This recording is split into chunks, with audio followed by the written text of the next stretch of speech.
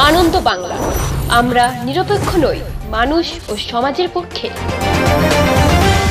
নিবেদন করছে RP club private limited এবং Leo, a large EV and solar innovation. সহ নিবেদক বারডোয়ান ইউনিটেক টেকনিক্যাল ইনস্টিটিউট, যে দেয় চাকরি ও ভবিষ্যতের গ্যারান্টি। বর্ধমান শহর পেয়ারা নিউট্রিশন ওয়েলফেয়ার সোসাইটির উদ্যোগে রবিবার বাঁকুড়া মোড় ও সগড়াই মোড়ে 1000 জন মানুষের হাতে তুলে দেওয়া হলো একটি করে শীতল পানীয় জলের বোতল, 1 প্যাকেট করে ওআরএস এবং 100 জন মানুষের হাতে তুলে দেওয়া হয় একটি করে চারা গাছ।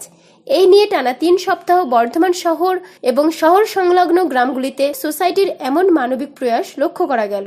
সবুজায়নের লক্ষ্যে গুল্ম নির্ভর সোসাইটির এই প্রয়াস সকলের প্রশংসা আদায় করে নেয়। সোসাইটির তরফে প্রচার পুস্তিকা বিতরণের মাধ্যমে মানুষকে গরমে সুস্থ থাকার 10টি বার্তা প্রদান করেন। সোসাইটির সম্পাদক প্রলয় মজুমদার জানালো, বর্ধমান সদর পেয়ারা নিউট্রিশন ওয়েলফেয়ার সোসাইটির উদ্যোগে আজকে বর্ধমান শহরের নিকটে বাঁকুড়া মোড় এবং সগড়াই মোড় এলাকায় মোট 1000টি শীতল পানীয় জলের বোতল, 1000 প্যাকেট ওআরএস এবং পথ চলতি 100 জন মানুষের হাতে চারা গাছ তুলে দেওয়া হলো।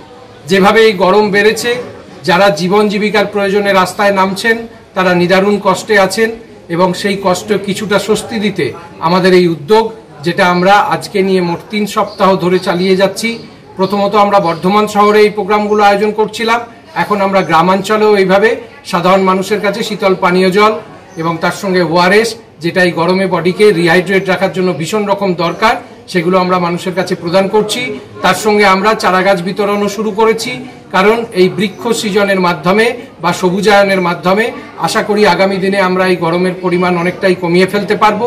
এবং আজকে মানুষকে মূলত সাদা জবা গাছ দেওয়া হলো, সাদা ফুল হয় যে বা সাদা জবা হয় যে গাছে, সেই গাছ দেওয়া হলো।